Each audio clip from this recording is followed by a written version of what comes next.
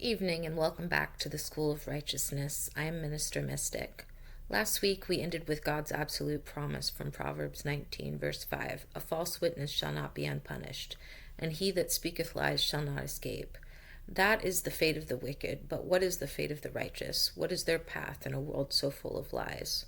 The Book of Proverbs is not a comfort, it is a book of training. It's a divine instruction manual for the spiritual warrior. And the first lesson in that manual is about where to direct your gaze. Proverbs 24, verse 1. Be not thou envious against evil men, neither desire to be with them. Let's be clear about what that's saying. This is God in his own holy text explicitly acknowledging a painful truth. Evil men can be and often are materialistically successful. They have the money, the power, the influence. The world celebrates them, and God is telling you, do not want what they have. Do not even want to be in their company. This is a profound spiritual instruction. It is a command to detach your sense of worth from the world's broken scoreboard. The ancient Stoic philosophers had a similar idea. They taught that a wise person is indifferent to the external fortunes of others and focuses only on their own internal virtue. God is telling you that the camaraderie of the wicked is a poison, and envy is the cup you drink it from. Your path is different. And what does that path look like? It's not a path of ease. It's a path of brutal, repeated, and divinely ordained failure. This is one of the most terrifying and liberating promises in the entire Bible. Proverbs 24, verse 16. For a just man falleth 7 times and rise up 8. Read that again. It does not say that a just man might fall. It says he falleth. It is a certainty. It is a promise. God is telling you that your world will be blown up, that you will be turned upside down, and that you will be knocked to your knees not once, not twice, but 7 times. The holy number of completion. This is the divine forging process.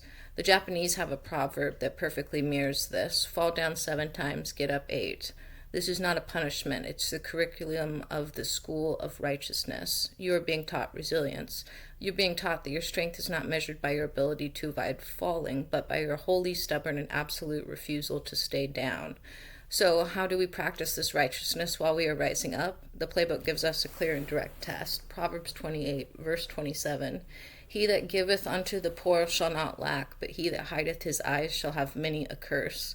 This is not just a suggestion to be charitable. This is a divine test. When someone asks you for money, for help, for a moment of your time, and you have the ability to give it without harming yourself, you are being tested. God is watching. He wants to know if you will be an agent of his grace in the world or if you will hide your eyes from the suffering of others. The Buddhist concept of dana, or voluntary generosity, teaches the same thing, that the act of giving purifies the heart and leads to spiritual abundance. The promise is clear. You cannot outgive God. And this brings us to our conclusion for today. It is the final defining verse that draws a clean, sharp line in the sand, separating the 2 paths a soul can walk. It is the graduation certificate from the School of Righteousness. Proverbs 28, verse 27. The righteous considereth the cause of the poor, but the wicked regardeth not to know. That is the entire lesson. The defining quality of the righteous is not that they are perfect, not that they do not fall, but that they consider the cause of the poor.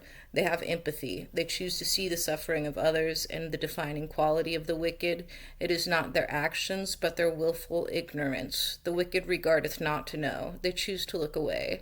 That is the choice we are given every single day. Will you be the one who rises up, considers the cause of others, and gives freely, or will you be the one who hides your eyes?